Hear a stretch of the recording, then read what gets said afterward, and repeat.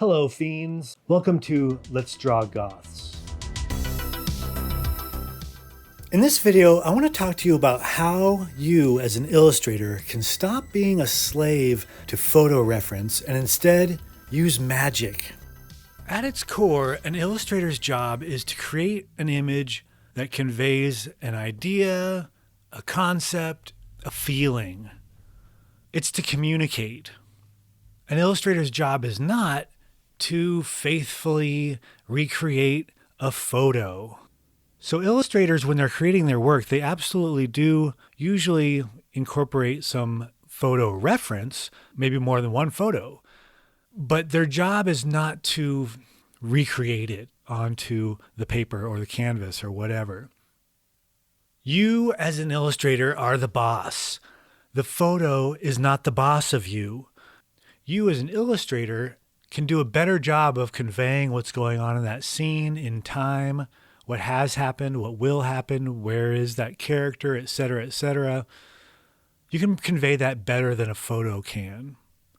Don't worry about trying to render realism and hope that that conveys the story. Does that make any sense?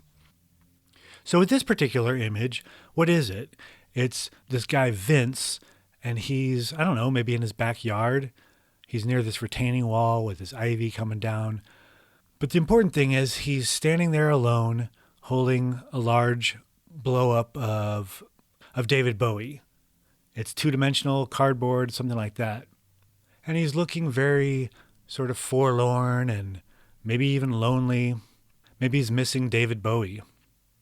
It's up to me as the illustrator to decide what is going on emotionally in this image and to kind of think and feel those same things while I'm drawing to convey that feeling. It's also my job to maybe do a better job of showing what's going on physically, like the holding of the big David Bowie. So instead of just transferring what I see, I'm going to move his hands and arms around a little bit to hold it in maybe a tender way, because that one arm back there is kind of missing. Neither of them are showing because of the way this is cropped, but I'm going to change the way that these arms show up, zoom back a little bit, and show better how this guy is standing, how he's holding on to the big David Bowie. I'm also going to do some exaggerating of the 2D-ness of this cardboard cutout and really show that I'm going to try to give it like a little bit of a depth to look like it's a flat cutout, but I need to exaggerate that. Do you believe in magic? I mean, I'm not talking about conjuring the forces of darkness to come up and make all your neighbors' crops fail, unless I've really been wronged.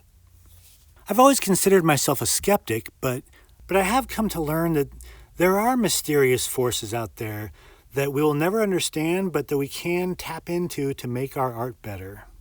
That's why there is a fascination with creating artwork, and there's a fascination with looking at it. Stephen King talks a little bit about this in his book On Writing. He calls it telepathy. I see what he means, because he says when he's at his typewriter and he's typing out these words, they're just little letter forms on pieces of paper, but they're coming from his thoughts and feelings. And then when the buyer gets a hold of his book and reads it, those same thoughts and feelings enter that person's head just from looking at a silent, stark page with some letters on it. And that is kind of magical. What is going on there? The same thing happens when you're drawing and painting. You know, as a beginner, you are definitely fixated on the idea of attaining that magic in the form of convincing somebody looking at a two-dimensional image, a flat piece of paper, a TV screen, whatever, and then convincing that person that they're actually looking at something three-dimensional. And to attain that sort of through the looking glass, that is a totally different video. To sort of get to that through the looking glass moment where somebody is looking at a flat surface, but it feels like they're looking at something three-dimensional, that their eye and their brain is tricked. That's kind of the magic trick of drawing, but it's also the beginning phases of learning to draw, learning to be an illustrator, learning to, as far as drawing and painting things that are representational, I'm not talking about abstract designs, but getting that three-dimensionality to click for somebody in their brain is just the beginning of that magic. I want to, and I hope that you will want to push past that. Try to also think things and feel things, feel the emotions that are in a character. What are they thinking about? And sort of method act your way through it, through the drawing. See if those things show up in the lines that you put down, in the shading, paint, whatever.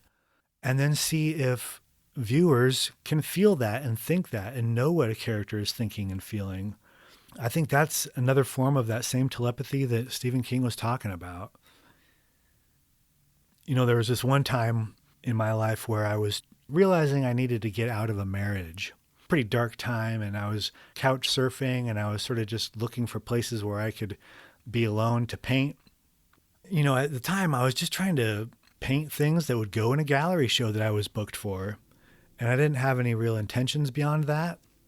So I painted this one piece. It was portraying this kid in like a soapbox racer that was made out of, well, a soapbox.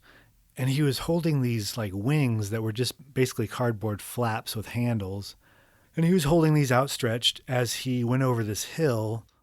But the way I framed it, there was like a little bit of air between the soapbox racer and the hill. And the implication was, is this kid going over a hill and catching a little bit of air? Or is he taking flight? It was a very hopeful piece. Well, smash cut to 5 years later or so. I had gotten out of that marriage, and I had been selling prints of all of my paintings, including this one, at comic book conventions and such. And I was at this small convention in Sacramento, and this guy about my age, maybe a little older, came up to the table and he goes, "Oh, I bought that painting. I bought a print of it at like Comic-Con or whatever." And I was like, "Oh, cool. Thanks for getting that." We started chatting, and he said, "You know, I was going through a really rough divorce a few years ago, and I have that painting up, you know, in my hallway. I would kind of walk past it on my rough days and look at it for a while. And there was something about the hopefulness of this image that, you know, just, it really resonated with me and really got me through those dark times. So I just wanted to say thanks." And I was just struck because it was like, wow, that was what was going on in my head exactly when I painted that. And it wasn't a painting about tough divorces or anything. It was supposed to be about a kid in a soapbox flying machine. Now, was it just serendipity or coincidence, whatever you want to call it, that this guy thought and felt the same things looking at this image that I was thinking and feeling when I painted it? Maybe. But also thinking of it that way is not very fun. That's not a fun way to look at it. It's more fun to think of the magic. And isn't drawing supposed to be fun?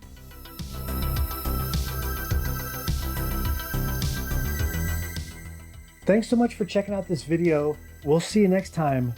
Keep drawing goths.